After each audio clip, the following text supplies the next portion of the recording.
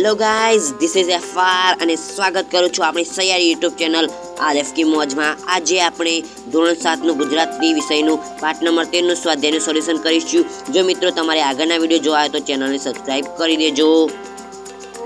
ઓછું ખુલ્લો અને સ્વાગત કરું છું આપણી સૈયારી યુટ્યુબ ચેનલ આરએફ કી મોજમાં। આજે આપણે ધોરણ 7 ગુજરાતી પાઠ નંબર 13 હાઈસ્કૂલમાં અભ્યાસ અને સ્વાધ્યાયનું સોલ્યુશન જોવાના છીએ।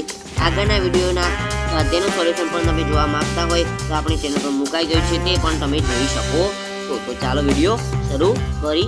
તો અભ્યાસનું સોલ્યુશન નીચેના દરેક પ્રશ્નોના ઉત્તર માટે આપેલા વિકલ્પોમાંથી સાચો ઉત્તર શોધીને તેનો ક્રમઅક્ષર પ્રશ્નની સામેના ચોરસમાં લખો। ગાંધીજી અને તેમના ભાઈના અભ્યાસ પર વિવાહની શી અસર થઈ? તેના અંદર જવાબ આવશે ગ। બેઉ ભાઈઓનું એક વર્ષ નકામું ગયું। આગળ આપણે જોઈએ તો આગળ આપણો પ્રશ્ન છે, આવું અનિષ્ટ પરિણામ તો દેવ જાણે કેટલાય જુવાનોનું આવતું હશે। ગાંધીજી કઈ બાબતને લઈ આમ વિચાર છે? તેના જવાબ આવશે ખ બાળ લગ્ન વિશે। આગળ આપણે જોઈએ તો કસરત કરવા ન જવા છતાં બાપુને નુકસાન ન થયું, કારણ કે તેમને ફરવા જવાની ટેવ હતી। આગળ જોઈએ તો ભણવામાં અક્ષરો બાબતે બાપુનો ખ્યાલ હતો કે ગમે તેવા હોય તો પણ ચાલે। જવાબ આપણો તે આવશે ક। આગળ જોઈએ તો નીચેના દરેક પ્રશ્નનો એક એક વાક્યમાં ઉત્તર આપો। ગાંધીજીને કઈ વાત અસહ્ય થઈ પડતી? શિક્ષકને ઠપકો આપવો પડે એવું પોતાના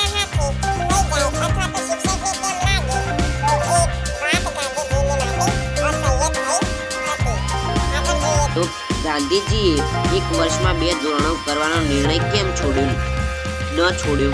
તો ગાંધીજીએ એક વર્ષમાં 2 ધોરણો કરવાનો નિર્ણય નહીં છોડ્યો, કારણ કે શિક્ષકે ગાંધીજીના ખંત ઉપર વિશ્વાસ રાખીને તેમને ઉપલા ધોરણમાં ચડાવવાની ભલામણ કરી હતી। એ શિક્ષકની લાજ જાય। આગળ આ પાઠમાં ગાંધીજીના કયા ગુણો જોવા મળે છે? તો ઓછા બોલાપણું, સત્ય અને સેવાનો આગ્રહ, શિક્ષણ પ્રત્યેનો પ્રેમ વગેરે જોવા મળે છે। ભૂમિતિનો વિષય ગાંધીજીને સહેલો કેમ થઈ પડ્યો? તો વિફિલ્ડનો પ્રમેય ભણતી વખતે ગાંધીજીને અચાનક થયું અથવા તો સમજાયું કે ભૂમિતિ તો સહેલામાં સહેલો વિષય છે, એમાં બુદ્ધિનો સરળ પ્રયોગ કરવાનો છે। ત્યાર પછી ભૂમિતિ ગાંધીજી માટે સહેલો અને રસિક વિષય થઈ પડ્યો।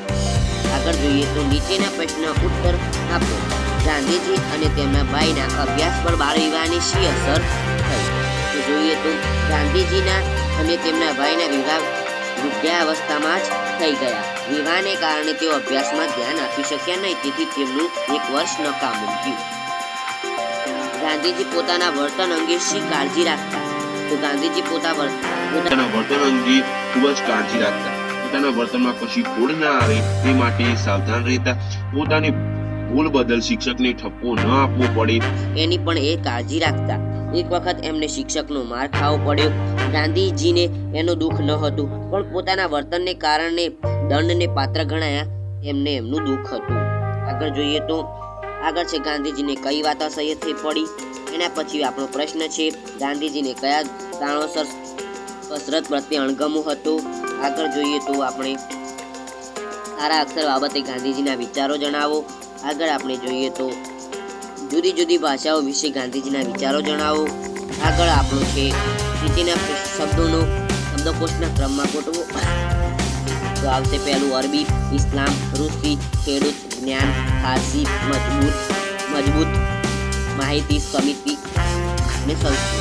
આગળ નીચેના રૂઢિપ્રયોગનો અર્થ આપી વાક્ય પ્રયોગ કરો। મનમાં સમસમિત રહ્યું, લોકોની હાજરીમાં અપમાન થતા મનમાં સમસમી રહ્યું। આગળ ઘેડ બેસવી તો મનમાં ગોઠવાવું। મનોજને સાહેબે દાખલો એ રીતે સમજાવ્યો કે તેને ઘેડ બેસી ગઈ। આગળ આપણે જોઈએ લાજ જવી તો આબરૂ કે પ્રતિષ્ઠા જવી। નરોત્તમને પૈસા ગુમાવવા પડે એનો વાંધો ન હતો, પણ લાજ જાય એ પાલવે એમ ન।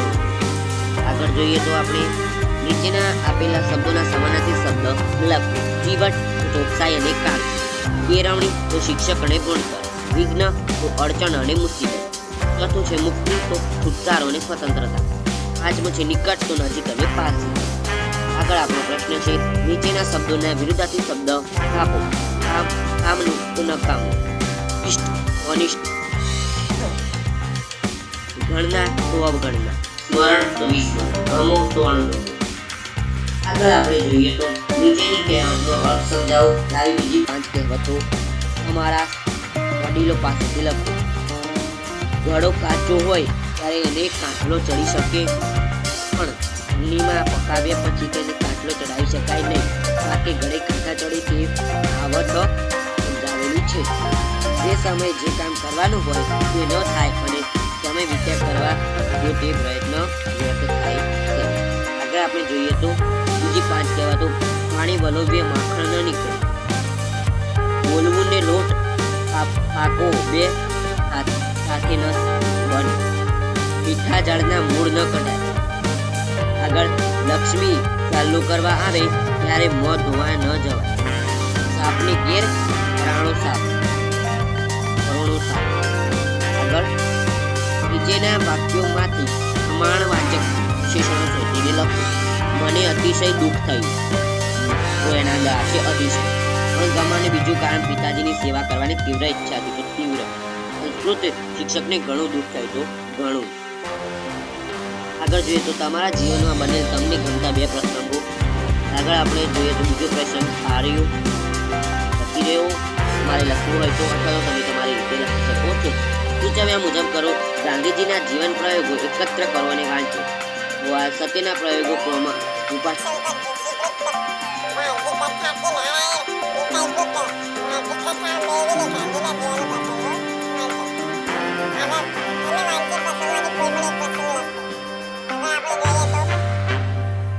આ પ્રસંગમાંથી તમને ગમતા ગાંધીજીના સદગુણોની યાદી બનાવો. આગળ આપણે જોઈએ તો તમને આ પ્રસંગ શા માટે ગમે તે તમારા મિત્રો સાથે રજૂ કરો. શિક્ષકે ગાંધીજીને કોપી કરવા કહ્યું પણ ગાંધીજીએ ચોરી ન કરી. આ પ્રસંગમાંથી મને પણ ચોરી ન કરવાની પ્રેરણા મળી. આગળ આપણે જોઈએ તો તમારા જીવનમાં બનેલા એકાદ 2 સારા પ્રસંગો યાદ કરીને લખો અને તેને વર્ગ સમક્ષ વાંચી સંભળાવો. એક સાંજે હું ઘેર ગયો. મારા મિત્ર મારે ઘેર આવ્યા હતા. મારા મમ્મી પપ્પા પણ હાજર હતા. જેઓ હું ઘરમાં પ્રવેશ્યો કે તરત મિત્રો સમૂહ હેપી બર્થડે ટુ યુ કરી મને ગિફ્ટ આપી. ગિફ્ટનું રંગીન પેકેટ ખોલ્યું. એ ઇસેન્સ એજ્યુકેશન ટેબ્લેટની ભેટ હતી. એને મદદથી જ હું સારા ગુણ મેળવીને આગળ વધી શક્યો. શાળામાં વિવેકાનંદની જન્મ જયંતિની ઉજવણી હતી. એ પ્રસંગે વિવિધ શાળાના વિદ્યાર્થીઓને નિબંધ સ્પર્ધા હતી. આ સ્પર્ધા મારી શાળામાં હતી. મેં પણ સ્પર્ધામાં ભાગ લીધો હતો. એ નિબંધ સ્પર્ધામાં મને પ્રથમ નંબર મળ્યો. આજે એ કાર્યક્રમમાં જિલ્લા શિક્ષણ અધિકારીને હાથે મને ઇનામ મળ્યું. ઇનામથી મને ખૂબ જ આનંદ થયો. પાણી સાથે આપણું સ્વાધ્યાયનું સોલ્યુશન પૂરું થાય છે. હવે ફરી મળીશું આવતા વિડીયોમાં. ત્યાં સુધી મોજ કરો. ચેનલને સબસ્ક્રાઈબ ના કરી તો સબસ્ક્રાઈબ કરી દેજો. તો આવજો મિત્રો. Tata, good bye, take care.